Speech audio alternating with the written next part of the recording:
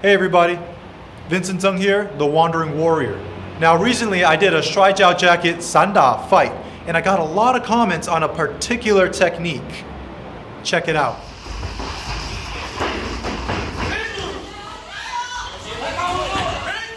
Wait a moment. There it is. That's the one. Dehe in Mongol means hook, and you do in fact take your leg and hook the inside of the matching leg out and back. And of course there are many variations.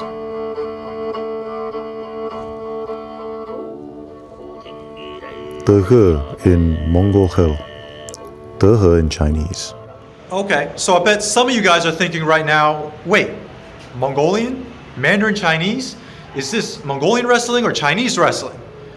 Don't get tripped up over this. Give me 30 seconds and I'll explain to you the situation and why it's one technique with two names. When the Qing dynasty collapsed, the imperial wrestling team, the Sanpu-ing, had to find new jobs, and some of them taught the citizens of China. Back then it wasn't even called Shuaijiao, it was called Guanjiao, or in Manchurian, Buku, which comes from the Mongol Bökh for wrestling. Eventually, this Mongol Manchu art of wrestling became adopted by the Republic of China military and police. So in short, while sinicized today, Shuaijiao has some Mongolian origins, and Dehe is actually Dehe. In English, hook. As far as Mongolian wrestling or Shuaijiao is concerned, it's one of the core movements. The way I learned it is as follows. And you'll see that it's a little more long and linear than how some of the Mongol wrestlers are doing it. Now, honestly, Dehe is a move that I was struggling with for a long time. I really was having trouble landing this cleanly. Sometimes I could surprise people, move faster, and catch them, maybe tactically catch them. But technically speaking, I was having trouble really making this move effective for me.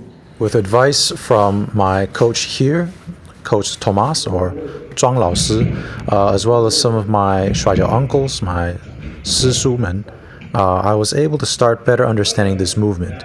In addition, I also hit up my coach, Lavell Mashall, who's out in Upper Mongol or Inner Mongolia, Nei Mongol.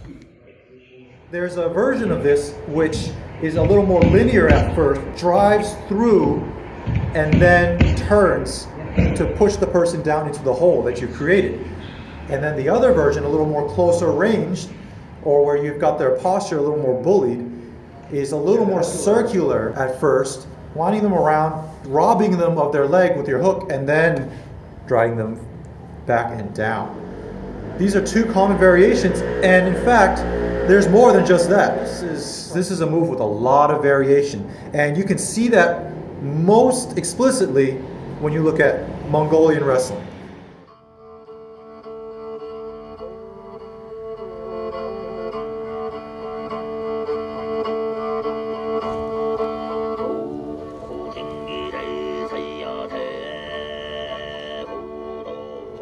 I really got to give a shout out to Coach Lavell Mashall, my brother and coach, out there in Inner Mongolia, putting in the work in Upper Mongol, doing Mongol Bökh, and he's really given me a lot of insight into the principles that cause a move like Dehe to be so dominant, so effective, so commonly used, and many variations on how to use it.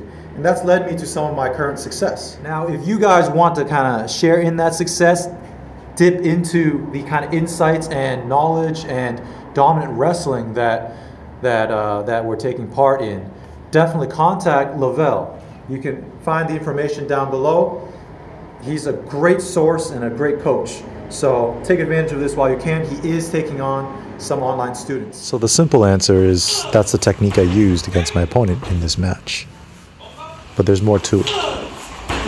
Notice how I cradle the kick, stick to it, hook his leg, and then take him down.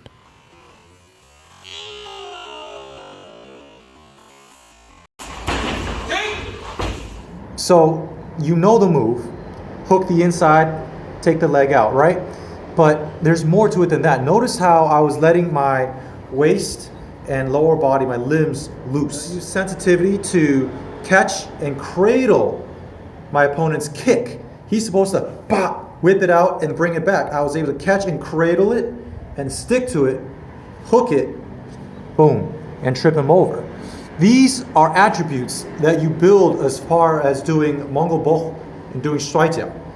And so what I want to impress upon you guys is this is just a core part of doing this kind of wrestling. A lot of people think, oh, that's really cool. I'm going to just pick and choose a few Mongolian or Shuaijiao throws or techniques and add it to my sanda, add it to my MMA, add it to my whatever.